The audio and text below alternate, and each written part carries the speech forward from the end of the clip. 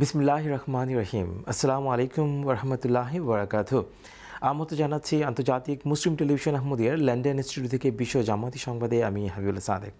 বরাবরের মতো আজও প্রথমে থাকছে হুজুর আনোয়ার আল্লাহ তাআলা বিন আজিজ প্রদত্ত জুম্মার খুতবা সারমর্ম। নিখিল বিশ্ব আহমদিয়া মুসলিম জামাতে বর্তমান ইমাম হযরত মির্জা মসরুর আহমেদ খলিফাতুল মসিহ খামেস সাইদ আল্লাহ তাআলা বিন আজিজ মসজিদ মুবারক ইসলামাবাদ টিলফোর্ড হতে জুম্মার খুতবা প্রদান করেন।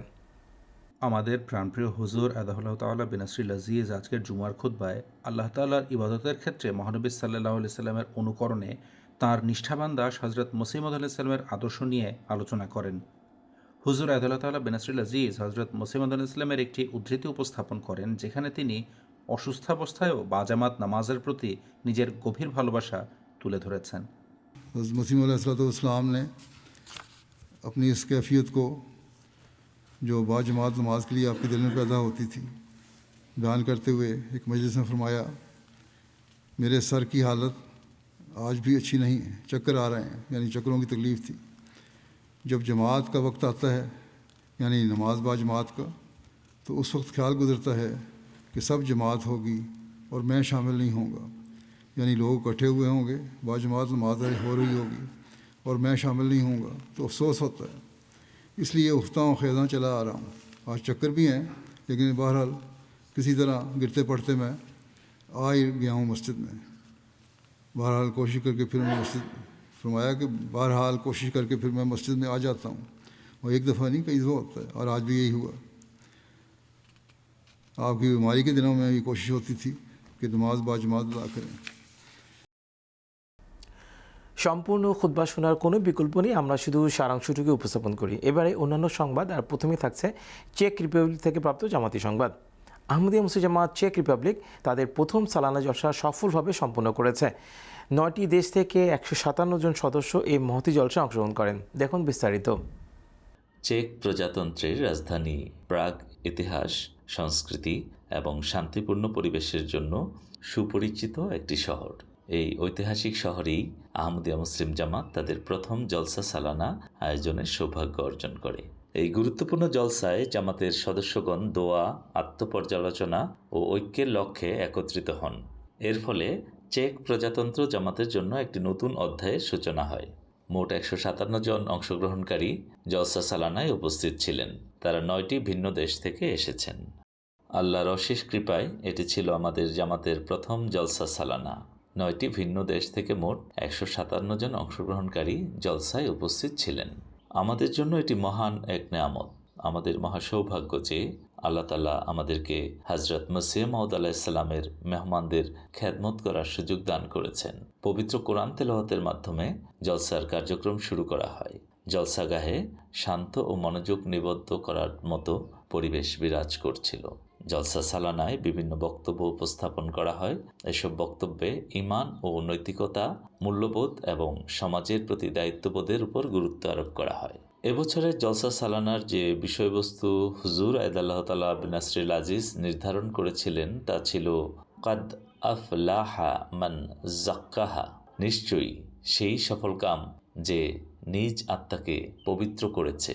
জলসার সব বক্তব্য এই মূল বিষয়বস্তুর আলোকে উপস্থাপিত হয়। এই মূল্যবোধগুলো ইসলাম তথা আহমদিয়া মুসলিম জামাতের শিক্ষার মূল ভিত্তি। অংশগ্রহণকারীরা জলসা সম্পর্কে তাদের অনুভূতি প্রকাশ করেন। অনেকেই আগে অনুষ্ঠিত এই ঐতিহাসিক অনুষ্ঠানের অংশ হতে পেরে আনন্দ ও কৃতজ্ঞতা প্রকাশ করেন। আজ আমাদের অসাধারণ এক অভিজ্ঞতা হয়েছে। এখানে জাদুময় কিছু মুহূর্ত ছিল। কর্মকর্তাদেরও সাক্ষাৎকার নেওয়া হয়। তারা ব্যবস্থাপনা, দলগত প্রচেষ্টা এবং চেক প্রজাতন্ত্রে জলসা সালানা আয়োজনের তাৎপর্য সম্পর্কে কথা বলেন। আমাদের এই হলটি সব কাজের জন্যই ব্যবহৃত হয়। এখানেই জলসা অনুষ্ঠিত হয়, নামাজ আদায় করা হয় এবং খাবারও পরিবেশন করা হয়। একটি সেশন শেষ হলে পরবর্তী কাজের জন্য সবকিছু খুব দ্রুত সাজিয়ে নিতে হয়। কিন্তু আল্লাহর কৃপায় সবাই আমাদের সহযোগিতা করছেন, সবাই একটি দল হিসেবে কাজ করছেন এবং এই সহযোগিতার কারণেই কোনো কাজ অপূর্ণ থাকেনি। সকলের খেদমতের মাঝে ঐক্য, শৃঙ্খলা এবং প্রকৃত আত্মত্যাগের চেতনার প্রতিফলন ছিল। জলসা সালানা সীমান্ত পেরিয়ে বন্ধুত্ব গড়ে তোলার একটি সুযোগ প্রদান করে। জলসা সালানা শেষ হওয়ার পর অংশগ্রহণকারীরা নিজেদের দৈনন্দিন জীবনে ইসলামী মূল্যবোধ অনুসরণ করার নতুন প্রেরণা নিয়ে বিদায় নেন। চেক প্রজাতন্ত্রের প্রাগে অনুষ্ঠিত প্রথম জলসা সালানা জামাতের জন্য এক তাৎপর্যপূর্ণ মাইলফলক হিসেবে স্মরণীয় হয়ে থাকবে। আহমদিয়া মুসলিম জামাত নাইজেরিয়া 25শে জানুয়ারি 2026 রবিবার নাইজেরিয়ার লাগোস রাজ্যের বাদাগ্রি উপকূলীয় শহরে বাইতুল কাদির মসজিদের উদ্বোধন উপলক্ষে একটি অনুষ্ঠানের আয়োজন করে। দেখুন বিস্তারিত। বাইতুল কাদির মসজিদের উদ্বোধন 25 জানুয়ারি 2026 রবিবার আহমদিয়া মুসলিম জামাত নাইজেরিয়ার আমির আলহাজ আলাতোয়ে ফলোরানজো আজিজ সাহেব নাইজেরিয়ার লাগোস প্রদেশের উপকূলীয় শহর বাদাগ্রিতে একটি নবনির্মিত মসজিদ উদ্বোধন করেন।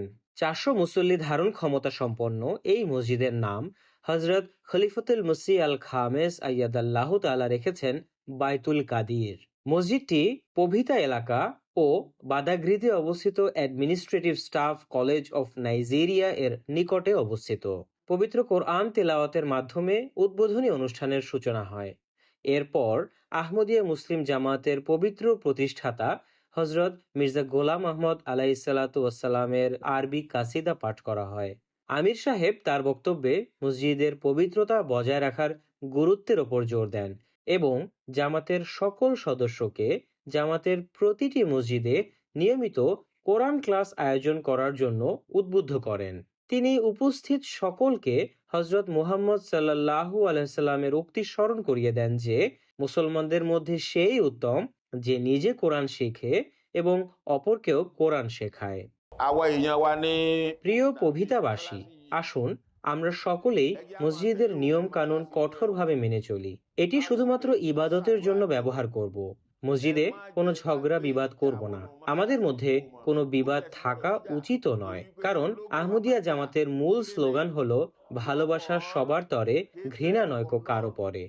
ব্যারিস্টার উসমান রাবিউ সাহেবও একটি বক্তব্য রাখেন। তিনি তার বক্তব্যে আল্লাহ তাআলার প্রতি ভালোবাসা, আল্লাহর আদেশ পালন এবং সব পরিস্থিতিতেই আল্লাহর প্রতি কৃতজ্ঞ থাকার প্রয়োজনীয়তার উপর আলোকপাত করেন। অনুষ্ঠানে আহমদিয়া মুসলিম জামাত নাইজেরিয়ার মিশনারি ইনচার্জ, নায়েব আমির, বাদাগ্রির চিফ ইমামের প্রতিনিধি, আজিদো কমিউনিটির চিফ ইমাম, 3টি সহায়ক সংস্থার সভাপতিবৃন্দ, অন্যান্য বিশিষ্ট অতিথি এবং জামাতের সদস্যগণ উপস্থিত ছিলেন। 2022 সালের 11 ফেব্রুয়ারি বাইতুল কাদির মসজিদের ভিত্তিপ্রস্তর স্থাপন করা হয়। মসজিদ কমপ্লেক্সে একটি 2 কক্ষের মিশন হাউস অ্যাপার্টমেন্ট, একটি অজুখানা এবং আধুনিক ওয়াশরুম সুবিধাও রয়েছে। বাইতুল কাদির মসজিদের উদ্বোধন আহমদিয়া মুসলিম জামাতের ঈমান, নৈতিক শিক্ষা এবং সমাজ উন্নয়নের প্রতি অঙ্গীকারকে আবারও প্রমাণ করে। মসজিদটি আধ্যাত্মিক উন্নতি, কোরআনের শিক্ষা এবং শান্তিপূর্ণ সহাবস্থানের কেন্দ্র হিসেবে কাজ করবে, যা জামাতের সদস্যদের পাশাপাশি বাদাগ্রির বৃহত্তর জনগোষ্ঠীর জন্য উপকারী হবে। মহান আল্লাহর অশেষ কৃপায় জীবনের একটি পর্যায়ে গিয়ে আমার মসজিদ নির্মাণের অনেক ইচ্ছা ছিল। আল্লাহর কৃপায় তা সম্ভব হয়েছে। এই মসজিদ বাইতুল কাদির পবিতা অঞ্চলের মানুষের জন্য নির্মিত হয়েছে। তারা এই অঞ্চলে মসজিদ চেয়েছিলেন, যে অঞ্চলটিতে মূলত খ্রিস্ট ধর্মের প্রভাব বেশি। আমি বলেছিলাম, চিন্তা করবেন না, আমরা বানাবো ইনশাআল্লাহ। আলহামদুলিল্লাহ, আল্লাহ আমাদের দোয়া কবুল করেছেন। জামাতের উদ্দেশ্যে বার্তা হলো তারা যেন এই মসজিদের যত্ন নেন। এটি পরিচ্ছন্নতা ও পবিত্রতার স্থান। এখানে কেউ আল্লাহ ছাড়া অন্য কারো ইবাদত করবে না। যেমনটি কোরআনের আয়াতে উল্লেখ রয়েছে, তারা যেন আল্লাহ ছাড়া কাউকে ভয় না করে। আলহামদুলিল্লাহ, আমরা বহু বছর ধরে এই এলাকায় রয়েছি। এখানে পূর্বে কোনো মসজিদের চিহ্নও ছিল না। আমরা 2004-2005 সালের দিকে জামাতের মসজিদ প্রতিষ্ঠা করি, যা পরবর্তীতে পবিতা সেন্ট্রাল মসজিদ নামে পরিচিত হয়। আমরা এই অঞ্চলে আরও মসজিদ নির্মিত হওয়ার জন্য দোয়া চালিয়ে গিয়েছি। ইসলামের শিক্ষা অনুসারে একবার আপনি মুসলমান হলে আমরা সকলেই পরস্পরের ভাই ভাই হয়ে যাই, এক হয়ে যাই। আমরা আজ এই মসজিদ নির্মাণ করে অত্যন্ত আনন্দিত। আমরা দোয়া করি আল্লাহ তাআলা সকলকে বরকতমণ্ডিত করুন, কারণ যে ব্যক্তি আল্লাহর উদ্দেশ্যে মসজিদ নির্মাণ করে, আল্লাহ নিশ্চয়ই তার জন্য জান্নাতে বাড়ি তৈরি করেন। Sahid Arabisala reporting for MTA Nigeria Studios. আজকের আয়োজনের সবচেয়ে থাকছে ইন্দোনেশিয়া থেকে প্রাপ্ত জামাতি সংবাদ। Masroor health care association Burkina Faso, Majlis Ansarullah যুক্তরাজ্য ও হিউম্যানিটি ফার্স্ট যুক্তরাষ্ট্রের সাথে সম্মিলিতভাবে মসরুর আই ইনস্টিটিউট বুর্কিনা ফাসোতে একটি বিনামূল্যে চোখের ছানি অপারেশন অভিযান পরিচালনা করে। দেখুন বিস্তারিত। खुदा से इश्क करना है गमे खलके खुदा रख। আল্লাহ তালার অশেষ কৃপায় Masroor health care association Burkina ফাসোর তত্ত্বাবধানে মজলিস আনসারুল্লাহ ইউকে ও হিউম্যানিটি ফার্স্ট ইউএসএ যৌথভাবে মাসরুর আই ইনস্টিটিউট ফাসোতে বিনামূল্যে ছানি অপারেশন ক্যাম্প পরিচালনা করে। ক্যাম্প শুরুর অনেক আগেই সামাজিক যোগাযোগ মাধ্যমে ব্যাপকভাবে এর প্রচারণা চালানো হয়। দেশের বিভিন্ন প্রান্ত থেকে মানুষ ক্যাম্প শুরুর কয়েকদিন পূর্ব থেকেই মাসরুর আই ইনস্টিটিউটে আসতে শুরু করেন। 40 বছর বা তদূর্ধ্ব বয়সীদের অগ্রাধিকার দেওয়া হয়, আগত রোগীদের নিবন্ধন করা হয় এবং 8ই ডিসেম্বর 2025 তারিখের সকালে আনুষ্ঠানিকভাবে ক্যাম্প শুরু হয়। এ সময় বিপুল সংখ্যক উপস্থিত ব্যক্তিকে ক্যাম্পের কার্যক্রম ও প্রক্রিয়া সম্পর্কে বিস্তারিতভাবে অবহিত করা হয়। পুরো দিনটি সানি আক্রান্ত রোগীদের শনাক্ত করার জন্য স্ক্রিনিং কার্যক্রমে ব্যয় করা হয়। স্ক্রিনিং শেষে নির্বাচিত রোগীদের পরবর্তী দিনগুলোতে প্রি অপারেটিভ পরামর্শের জন্য নির্ধারণ করা হয় এবং তাদের অপারেশনের সময়সূচি দেওয়া হয়। 10 ডিসেম্বর থেকে 13 ডিসেম্বর পর্যন্ত অপারেশন সমূহ সম্পন্ন করা হয়। এই ক্যাম্পে 300 জনেরও বেশি রোগীর স্ক্রিনিং ও পরামর্শ প্রদান করা হয় এবং মাসরুর আই ইনস্টিটিউটের নিবেদিত প্রাণ চক্ষু বিশেষজ্ঞ দলের মাধ্যমে 113টি স্থানীয় অপারেশন বিনামূল্যে সফলভাবে সম্পন্ন করা হয়। আলহামদুলিল্লাহ। मगर तुम हो।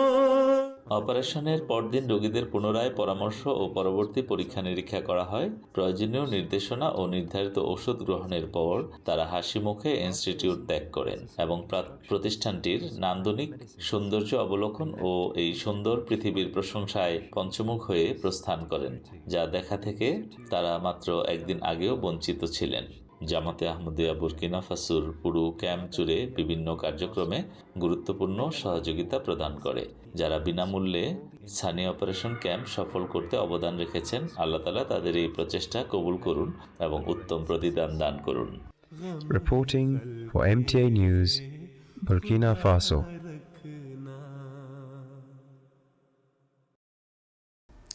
এরই সাথে শেষ হচ্ছে বিশ্ব জামাতি সংবাদ। সংবাদ বিভাগের পক্ষ থেকে সবাইকে শুভেচ্ছা জানিয়ে এবং পরবর্তী সংবাদ শোনার আমন্ত্রণ জানিয়ে আজকে এখানে বিদায় নিচ্ছি। আসসালামু আলাইকুম ওয়া রাহমাতুল্লাহি ওয়া বারাকাতুহু।